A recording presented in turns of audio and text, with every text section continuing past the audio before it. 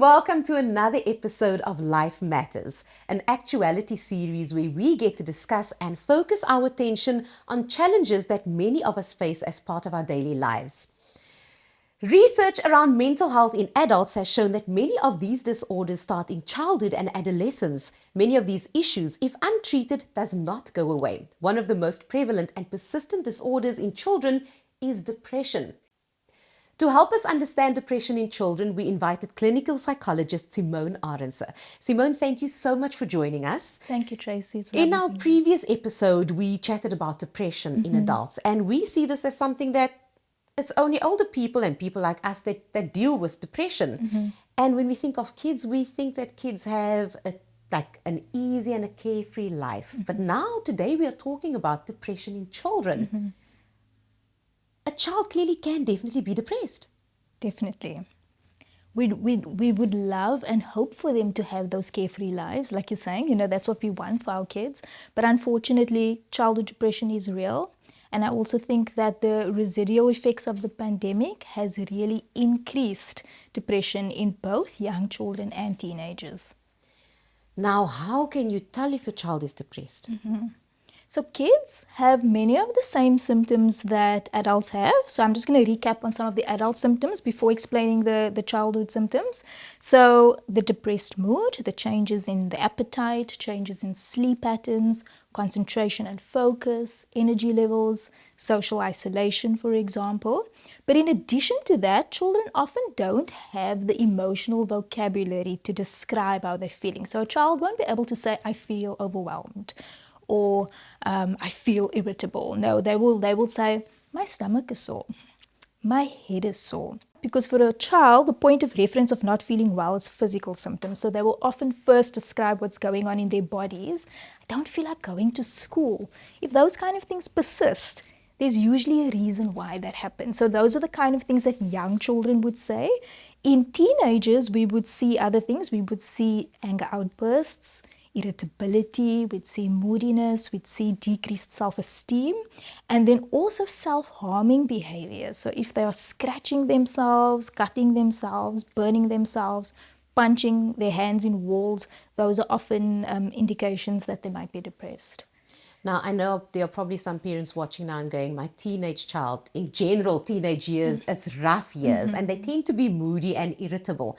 How does that kind of irritability and moodiness when it comes to depression differ from the normal kind? Absolutely. So that's where a mental health professional will come in, because they will be able to distinguish, is this just normal developmental behavior? Is it just normal adjustment things, or is it something more, right? And with depression, we will always look at a cluster of symptoms. There needs to be a certain amount of symptoms for a certain period of time in order to get the diagnosis. So it's not just moodiness, because your teenager is going to be moody, but it's sort of a prolonged, all these symptoms together are there for a while, and then we'll say, okay, they're most likely clinically depressed. It affects any child, from those who are very sociable to the introverted, those who are academic, and also sports stars. So what causes depression in a child then? Okay, so again, various possibilities. Like with any other depression, genetics could play a role, because there might be a chemical imbalance in the brain, or it could also be specific life stresses. So for young kids, like family discord, divorce, separation, loss of a parent, bullying at school, struggling to fit into your peer group, that could also make people depressed. And I think what's important to mention is it doesn't only have to be big traumas or big things like abuse, for example. It can also be parenting style. I think sometimes the way parents interact with their kids often can also lead to depression. We often forget that, as adults, we forget that children's brains are not developed enough for the kind of pressure or criticism or stress that comes their way. And if their brains are in overflow and they don't know how to cope with it, it can lead to a depression. So then how do you treat this depression in a child? So with children, we never just treat the child, we treat the system.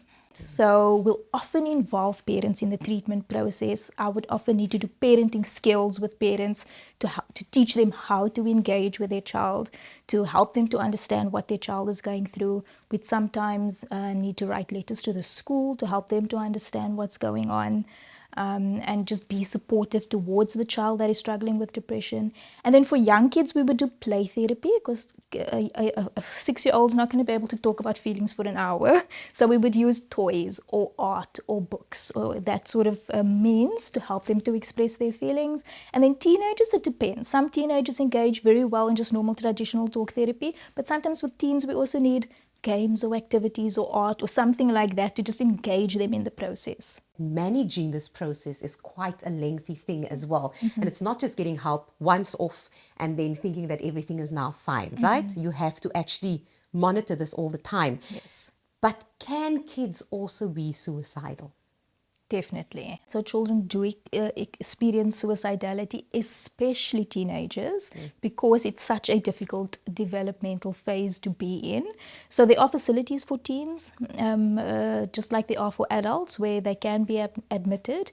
And then medication, psychiatric medication can also be helpful for children. But I'm sure even in that sense, we've mentioned this in the previous episode, that when it comes to medication, people are hesitant. And I think when it comes to teens and kids, that is even more of a fear. So often what I find is that when kids are depressed, the first part of the work is just working with the parents, because a lot of parents are in denial. A lot of them are in denial about the fact that their children are struggling.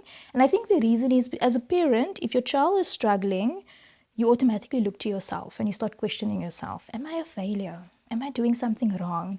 So because of those sort of, that self-reflection process, parents can become avoidant and they not want to see what's going on with the kids, because then they also need to look at what's going on with them. So a lot of the work needs to happen with adults first, and once they've worked through that process and they're open and honest enough with themselves, then they can get their children the help that they need.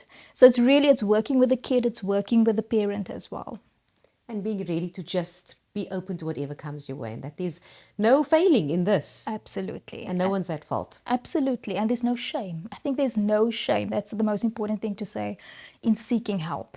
Absolutely, Simone. Thank you once again for sharing your knowledge with us and making everyone feel comfortable about this and just go, yeah, this is definitely something that I'm seeing and that I need to pay attention to. So thank you for that. You're welcome. Yeah, to the viewers, we would love to hear from you. Please engage with us on our social media platforms so that we can have a chat about today's episode and maybe even on future topics that you would like us to address. From me, Tracey, Lange, and the team, goodbye.